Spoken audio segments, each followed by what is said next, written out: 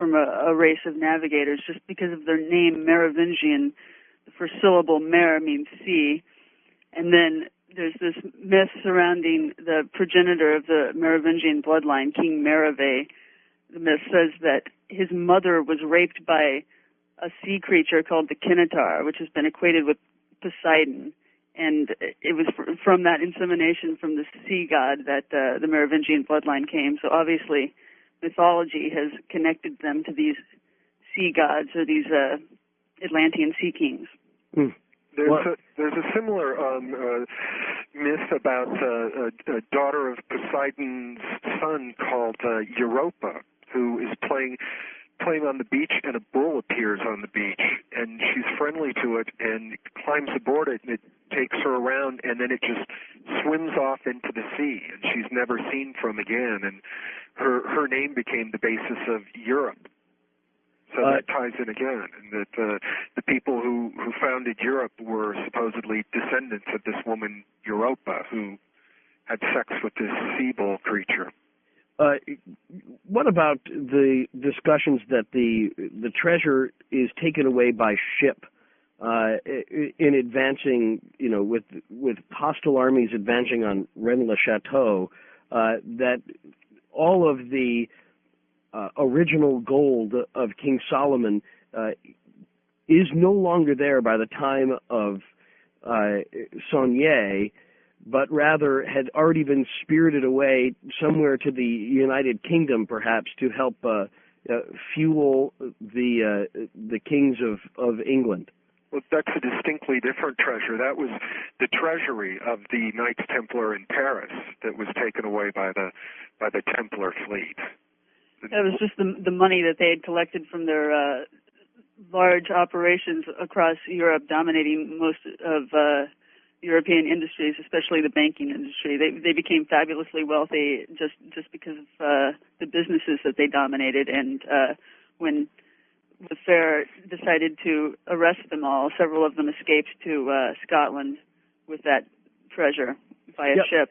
But as I understand it, that actually, there's a shared origin or a shared tradition on the origin of that treasure, that the treasure that was there in Paris also could have been what was found at King Solomon's temple. Well, I suppose if they had the treasures of King Solomon's temple, that would have been among all of the booty that they took. Obviously, they wouldn't want that to fall into King Philip's hands. So I suppose it's possible if they still had it at that time and hadn't secured it somewhere else, they might have taken it over to Scotland. But and sorry. There's a tradition that I think it was Tiberius sacked the Temple of Solomon, and he actually got all the gold. But when the Knights Templars went there were only 9 of them, remember? And so we think the treasure that they found was something distinctly different than just a large hoard of gold, that it was, actually the Ark of the Covenant or something sacred to them that they knew was there because they were descended from those people. I'm going to guess and say it was Titus. Titus, yes. I've seen the Arch of Titus in Rome, where it actually has pictures carved at the time, reliefs carved at the time of them sacking away all these menorahs and booty. All right. Let's get back to the questions and comments. Tracy Twyman and Boyd Rice of Dagobert's Revenge magazine, in pursuit of the Holy Grail and other treasures at Rennes-le-Château. Don in Wichita, Kansas on Coast to Coast AM. Don? Yes. I wanted to ask your guests if they have ever heard of or read a book called The Sirius Mystery. You got to speak up just a little bit more, please. I heard of it. All right. I'm afraid the listeners didn't. The Sirius Mysteries? The Sirius Star Mystery. I mean, it's a serious mystery. Right. Yeah. Have you ever heard of this book? Yeah, we've heard of it. I never read it all the way through. I kind of flipped through it. Read the appendix, and it'll fit a lot in there because you're on the right track. Can you give me any more info? Well, the creature, where Dagobert's wife was raped by a creature who's half fish, half man. Yes. And that will explain, in a sense, almost a pre-Atlantean existence of creatures that gave man knowledge that were half fish, half man. I don't recall the author, but a tribe in Africa worship a dark star. This is what this book refers to. You know, yeah, that is actually a very interesting connection. The fact that there is this tribe, the Dogon tribe, that they say that their gods came from the star Sirius and that they were fishmen. And interestingly, Dogon is very close to the word Dagon, which is one of these sea gods. In fact, Dagon may be the same as Poseidon, may be the same as the sea creature that spawned the Merovingians. And he just kind of exemplifies this whole race of sea gods or kings. And that is probably where Dagobert takes his name from. Right. Because these people recycle names all the time. There are so many people that want to get through to Tracy Twyman and Boyd Rice. I'll try to keep my comments short and allow you all to drive the conversation from this point forward with your questions and comments about Rennes-le-Chateau, the pursuit of the treasure of King Solomon, and perhaps your speculation, for those of you who've done research on your own on this in the past, on just what might be there and just where it Rennes-le-Chateau, much like the famed folly of Geraldo Rivera in pursuit of the safe of Scarface Al Capone. Do y'all think this could happen live on television? Well, if it happens at all, it would hopefully be broadcast on TV. I mean, if we get to do this excavation, it could be one of the pivotal moments in history. Yeah. We have connections with people at Granada Television and BBC besides the people at Fox. So, you know, if Fox does it, they might be interested in something like that. But, you know, we'll have to wait and see. If it happens, I just hope you get more than like a comb and a punched bus ticket. Al Capone's thing's one of the most disappointing things I've ever seen. Oh, the Joseph Christ might be something. Yeah, well, I mean, anything. It would be interesting, anything more than that. Joseph in Burbank, California, on Coast to Coast AM for Tracy Twyman and Boyd Rice. Joseph?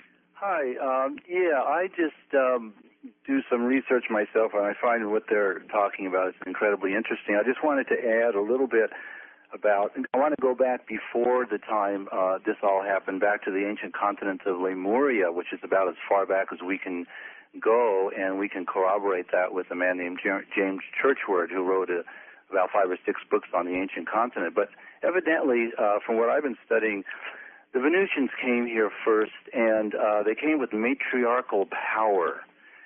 And you can see that in a lot of the structures and the statues around the world. You can see the Mother Goddess, and the Mother Goddess was worshipped primarily on the continent of Lemuria first, and it continued for many thousands of years. And then it didn't turn into the patriarchal control until that came later on in Atlantis, and we can still feel that. What's happening now seems to be that the matriarchal energy is again arising, and of course the patriarchal part of it, aspect, it doesn't like that too much. But this is happening now. You can see it in the rise of the Mother Goddess books that are all coming out.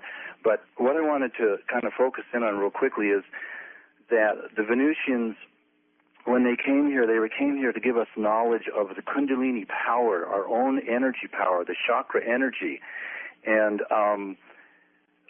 the matriarchy is really the ruler of that aspect of it, and Jesus is a part of that matriarchal energy. If you look at all the glyphs in, like, South America, the 8-pointed stars, the 8-pointed star refers to the planet. There's an incredible amount of worship and reverence for the planet Venus, because supposedly that is our heritage. That is where we all come from. That's where our Mother Goddess resides, and that seems to be happening now. And evidently, I don't know the exact connection, but because I forgot what book I read so many books, but Jesus is related to this Venusian energy, and I just wanted to add that to see if they had anything to say about that. Well, so far we haven't covered that in the seminary, so I'll have to leave it up to you all for that. The star that's associated with Venus, from everything I've read, was the 5-pointed star, which is the pentagram that we're talking about.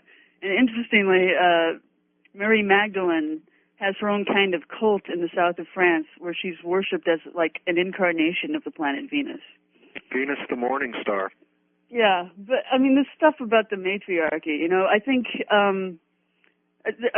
referring to the secret doctrine of Hermeticism that was passed down from the gods, I think that involved what they believe to be the combination of male and female energies, the combination of opposites, not necessarily just the worshiping of the female principle. I think that's narrowing it down into one thing when it's actually the combination of male and female energy. And that's kind of what the tradition of Tantrism that he was referring to. That's basically the whole principle behind that, the balance of male and female power. And about the matriarchy thing, from what we figured out, a lot of these people worshipped. There's a tradition, a lot of these cultures, of the divine couple, and it certainly seems to me that like King Solomon worshipped the divine couple, as did King Hiram of Tyre, and it seems to me that that's what Christ and a lot of his followers were into. And there was a tradition in Judaism before it became patriarchal that there was El and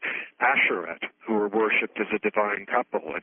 And people assume King Solomon was into goddess worship because he put statues of Ashereth or Asarta into King Solomon's temple, but we feel he was just continuing this far more ancient tradition, which is in a lot of cultures. And so you have a lot of people mistakenly, wherever they see statues of a goddess, they assume, oh, these people worship the goddess. But actually, they're statues of men and women. Not to mention Lilith, who is listed in some ancient traditions as being God's consort, which is where we get the lily and where we get all sorts of other descendants of that ancient mythology as well.